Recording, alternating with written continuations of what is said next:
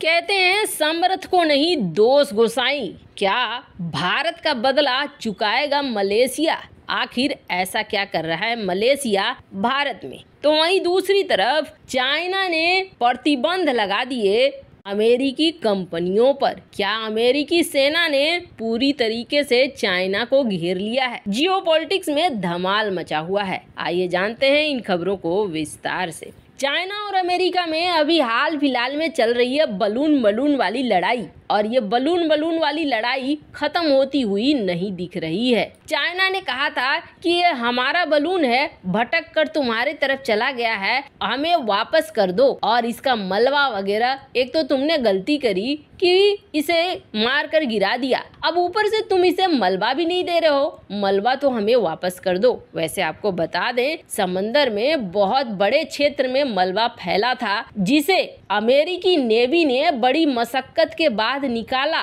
और इस मलबा को निकालने के बाद जो जानकारी मिली, उस जानकारी को भारत सहित 40 देशों के साथ अमेरिका ने साझा किया। अमेरिका ने कहा कि ये मलबा बता रहा है कि ये जो बलून आया था ये जासूसी करने के लिए आया था। अब इस बात को लेकर अमेरिका और चाइना में टेंशन और भी ज्यादा बढ़ता चला गया। पहले तो चाइना ने मजाक बनाया और ये कहा कि अमेरिकी F-22 बलून किलर बन गया है। इस तरीके के वीडियो भी रिलीज किए गए जिससे कि मजाक बनाया जा सके अमेरिकी F-22 विमानों का। पर ये झगड़ा अब एक अलग लेवल पर पहुंचता जा रहा है। चाइना ने प्रतिबंध लगा दिया है। चाइना ने अमेरिका की मिलिट्री कंपनी पर प्रतिबंध लगाया है। एक बार को लगेगा अच्छा तो चाइना ने कौन सा तीर मार लिया, तो आपको बता दें चाइना ने कोई खास तीर नहीं मारा है, उल्टा इसका खामियाजा भी अब निकल कर देखने को मिल रहा है चाइना को कि चाइना जो सोच रहा है ठीक उसका उल्टा हुआ है और चाइना ही चारों तरफ से घिर चुका है अमेरिकी सेना।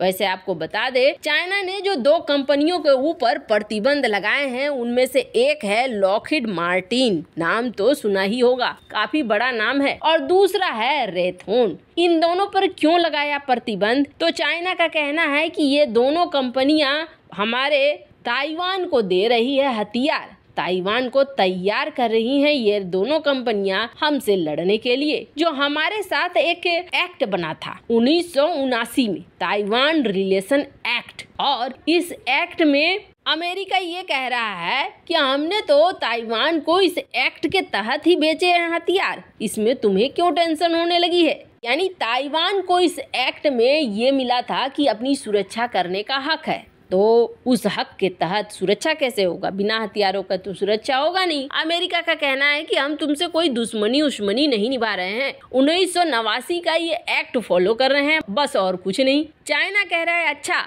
दुनिया के सबसे बड़े ठग हम, और हम ही को बता रहे हो, तुम्हारी ये दोनों कंपनियों पर हमने प्रतिबंध लगा दिया, अगर कोई देश खरीदेगा तो वो भुगतेगा। अब एक तो पहली बात ये है कि चाइना का ये प्रतिबंध कुछ छोटे छोटे देशों के ऊपर चल सकता है जो चाइना के कर्ज तले दबे हुए हैं, लेकिन किसी बड़े देश के ऊपर नहीं चलेगा। यानी इस प्रतिबंध के ज्यादा कुछ मायने नहीं हुए, ये तो साफ दिख गया। उल्टा ये जो बलून वाला कांड हुआ है ना, इसी समय में अमेरिकी डेलीगेशन ताइवान पहुंचा है, यानी जले पे नमक छिड़कने वाली हरकत अमेरिका कर रहा है। अब जब बहुत सारी चीजें निकल कर सामने आ रही हैं, तब चाइना को समझ में आ रहा है कि दरअसल चाइना पूरी तरीके से अमेरिकी सेना से घिर चुका है। अब चाइना को जरा सा देखें तो चाइना के आसपास आपको कुछ देश दिखेंगे। एक है साउथ कोरिया, दूसरा है जापान, तीसरा है ताइवान, चौथा है फिलीपींस। इन 4 देशों को जब डिटेल में देखा गया कि यहाँ पर आखिर हो क्या रहा है, अमेरिका ने क्या किया है, तो 1950 के बाद से ही एक रणनीति बनानी शुरू कर दी थी अमेरिका ने। हालांकि इसे किस्मत कहिए, अमेरिका का साथ दे दिया किस्मत ने। अमेरिका ने साउथ कोरिया को मजबूत करना शुरू किया और साउथ कोरिया में अपने बेस बनाने शुरू किए। 15 मिलिट्री बेस साउथ कोरिया में बन गए, और सिर्फ 15 मिलिट्री बेस ही नहीं बने हैं, यहाँ पर अमेरिका के 28,500 सेना के जवान, अधिकारी, सर्विस मेंबर मौजूद हैं। साउथ कोरिया, जो कि चाइना से एकदम पास है। अमेरिकी ट्रूप इस साउथ कोरिया में 1950 के बाद अपनी बढ़त मजबूत करते जा रहे हैं। हालांकि यहाँ पर ये उतरे थे पहले उत्तर कोरिया के लिए, लेकिन अभी स्थिति एकदम से बदल गई है। 15 मिलिट्री बेस के साथ साउथ कोरिया में अमेरिका मौजूद है। अब जरा यहाँ से निकलिए जापान और अमेरिका के बीच ट्रीटी है। दूसरे विश्व युद्ध के बाद ही बन गई थी अमेरिका और जापान के बीच ट्रीटी कि अमेरिका रक्षा करेगा जापान की। जापान को अपने डिफेंस को मजबूत करने की जरूरत नहीं है, सेना बनाने की जरूरत नहीं है, हथियार बनाने की जरूरत नहीं है। अब यहाँ पर कितने अमेरिकी सैनिक हैं तो आपको बता दें, यहाँ पर 56,000 अमेरिकी सैनिक मौजूद हैं और कहा जा रहा है हाल के दिनों में यहाँ संख्या और ज्यादा बढ़ी है। अब तो कुछ ऐसा हो रहा है जिसमें माना जा रहा है कि जापान के अंदर कुछ बड़े बदलाव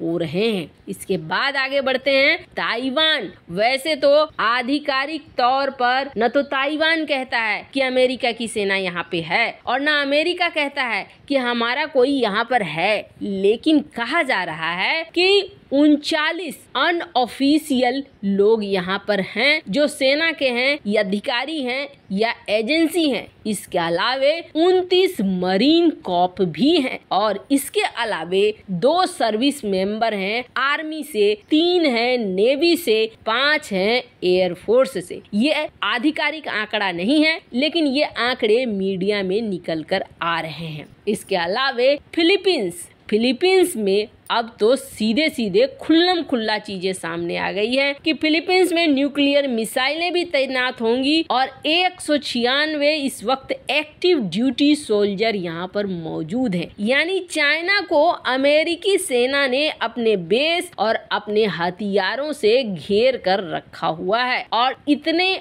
आधिकारिक आंकड़े हैं जो सेना के जवान हैं, कहा जाता है इसकी संख्या बहुत ज्यादा होगी। अचानक से अगर युद्ध होता है तो यहाँ से चाइना के ऊपर सीधे फायर करना शुरू कर देगा अमेरिका। खैर, जहाँ एक तरफ ये सब कुछ चल रहा है तो वहीं क्या मलेशिया भारत के किए गए उपकारों का बदला चुकाएगा? स्थिति तो कुछ वैसी ही दिख रही है। दरअसल भारत कॉपर का व्यापार करता है, लेकिन ये बहुत बड़ी विडंबना है कि भारत में कॉपर की बहुत सारी चीजें जैसे कि कॉपर ट्यूब जो बहुत ज्यादा इस्तेमाल होता है इलेक्ट्रिक वाहनों में और भी कई तरह की मशीनरियों में, रॉ मटेरियल भारत से ही जाता है और बनकर वापस महंगे दामों पर इन्हीं कॉपर ट्यूब को भारत को खरीदना पड़ता है। लेकिन अब यहाँ पर एक बड़ा परिवर्तन देखने को मिल रहा है और इसमें मलेशिया बहुत बड़ी मदद कर रहा है। मलेशियन बिगेस्ट यानी कि सबसे बड़ी कॉपर ट्यूब मैन्युफैक्चरर अब यहाँ अपना एक सेटअप करना चाह रही है यूनिट, जिससे कि भारत में ये ट्यूब सस्ते में मिल जाए और साथ ही साथ भारत भी इन ट्यूब को दुनिया भर में बेच सके। वैसे इन सब मामले में आपकी क्या राय है? कमेंट कर जरूर बताएं। जल्द मिलते हैं अगली वीडियो में नई खबर के साथ।